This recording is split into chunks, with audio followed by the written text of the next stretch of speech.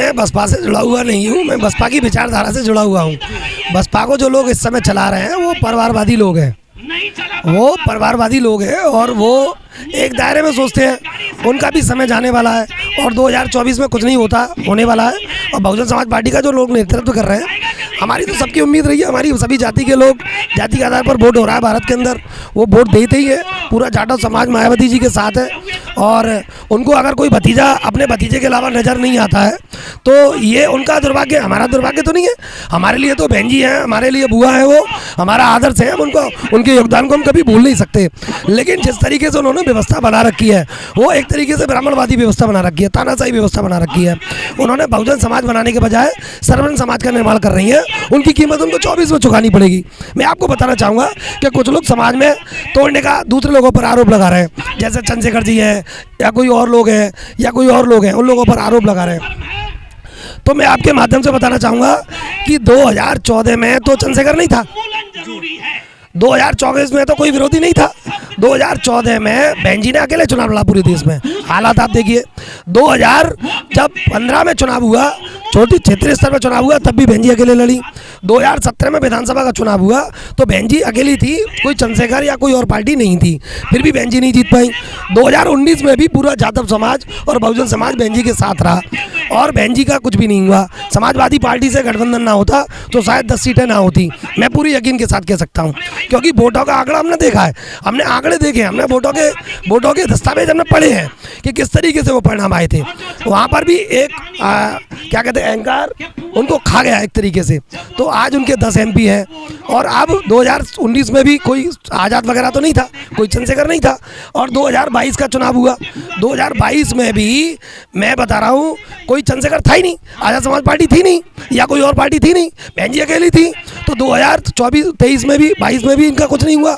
तो ये उनके लिए बहन जी खुद जिम्मेवार है और जब चुनाव कोई हारता है तो उसका मुखिया जिम्मेवार होता है, उसकी रणनीति जिम्मेवारी होती चाहिए। और हम ये नहीं कहते कि बहन जी से हम नफरत करते हैं, बहन जी हमारी आदर्श है, बहन जी का अच्छे काम है, ऐतिहासिक काम है, हम तो उनको बड़ा गर्व करते हैं। लेकिन वर्तमान में परिवर्तन की आवश्यकता है, क्योंकि बहुत धर्म के लोग परिवर्तन के हामी होते हैं। समाज का जिस तरह से वोट है, वोट बैंक जो बना हुआ है, इधर में चंद्रशेखर आजाद ने एक पार्टी बनाई, उधर में बहुजन समाज पार्टी है, दोनों विभाजित हो गई। क्या लग रहा है 2024 में? आपके चैनल के माध्यम से मैं बता रहा हूं कि 2024 में बहुजन समाज पार्टी का जो कोर वोट बैंक है जाटव ने मन बना लिया है कि मायावती को बचाने की जरूरत नहीं है, संविधान को बचाने की जरूरत है। और संविधान को बचाने के लिए वो सपा के साथ भी जा सकता है, वो कांग्रेस के साथ भी जा सकता है, क्योंकि उसे बाबा साहब का संविधान बचाना है, मायावती नहीं बचानी है, उसे बहुजन समाज पार्टी नहीं बचानी है।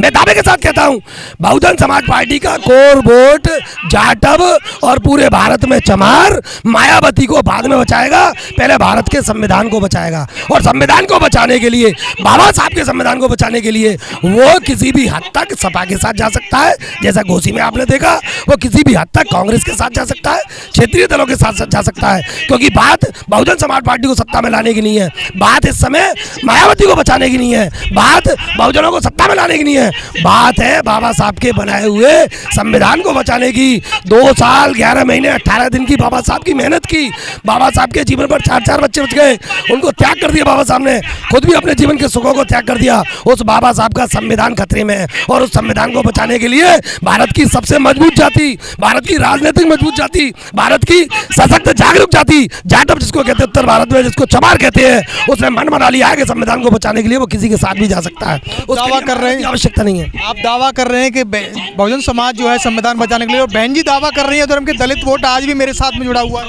नहीं, बहन जी का अपना नेता है, नेताओं के दावे होते हैं, उनको करना चाहिए। अगर ऐसा नहीं करेंगी तो उनके कार्यकर्ता का उत्साह गिर जाएगा। भाई उनको करना चाहिए, बहुजन समाज में एक तरह निराशा की हार लग जाएगी। अभी उनके भतीजे ने बयान दिया, क्या बयान दिया? हमने तो उनके बयान का बुरा नहीं माना। क्यों नहीं बुरा माना? कि हमारे लोग जो तरक्की कर जाते हैं वो अपने छोटे भाइयों को समझते ही नहीं है। लेकिन मेरी बात फिर याद रखो, बाबा साहब का संविधान खतरे में है, बाबा साहब का संविधान खतरे में, बाबा साहब का बनाया हुआ संविधान खतरे में। और बाबा साहब के संविधान को उत्तर भारत में सबसे ज़्यादा जाटव जाति के लोग समझते हैं। और बात बहन जी को बचाने की नहीं है और ना बहन जी को सत्ता में लाने की है, बाबा का साहब का संविधान बचाने की है। और संविधान को बचाने के लिए जाटव समाज किसी के साथ भी जा सकता है। क्या इस तरह से बिखराव होकर के संविधान बचाया जा सकता है? नहीं, जो लोग जीत रहा होगा उसके पास जाएंगे लोग। क्या और नहीं बचाएंगे? क्या अम्बेडकरवादी समाजवादी के लोग नहीं है? क्या लालू यादव अम्बेडकरवादी नहीं है? वो तो भाजपा से कभी नहीं मिले। मैं कह रहा हूँ इस समय भारत में अगर कोई अम्बेडकरवादी है तो वो लालू यादव है, वो नीतीश कुमार है, स्टालिन का लड़का है, स्टालिन है हमारे यहाँ। ऐसा नहीं है कि खाली जैबिंग करने से कोई अम्बेडकरवादी हो जाता है। अम्बेडकरवादी वो होता है जो अम्बेडकर की बात करता है, जो अम्बेडकर संविधान की रक्षा की बात करता है, जो संविधान के मूल्यों को संरक्षण की बात करता है। खाली पार्टी बनाने से कोई आदमी अम्बेडकरवादी नहीं होता। यूपी के तौर पर पूरे भारत में भीम आर्मी चंद्रशेखर आजाद भी पूरे तौर पर अपना दबदबा बनाते जा रहे हैं। क्या लग रहा है चंद्रशेखर आजाद बहन जी के लिए चुनौती के तौर पर माने जा रहे हैं?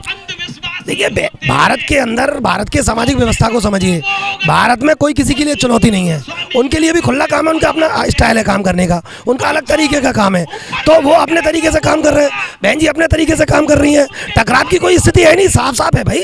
या तो जो इंडिया गठबंधन के साथ होगा वो सत्ता में होगा, और मोदी जाएंगे 24 में। भाई मोदी को जाना होगा, मोदी को घर छोड़ के जाना होगा, झोला भी उठा के जाना होगा। ये थूक के चाटने वाले लोग हैं भाई, इनको सत्ता में जाना होगा, क्योंकि इन पर सरकार नहीं चलता। ये घर नहीं चला पाए, देश क्या चलाएंगे? तो मोदी तो पहले भी कह चुके हैं मैं तो फकीर आदमी हूं, चला जाओ। हाँ तो चले जाओ भाई, देश को बर्बाद क्यों कर रहे हो यार? कभी 2000 का नोट चलाते हो, उनकी मानसिक दिवालियापन देगी है कि वो कभी 2000 का नोट चलाते हैं, कभी बंद कर देते हैं, जो बयान वो देते हैं तभी वापस कर लेते हैं।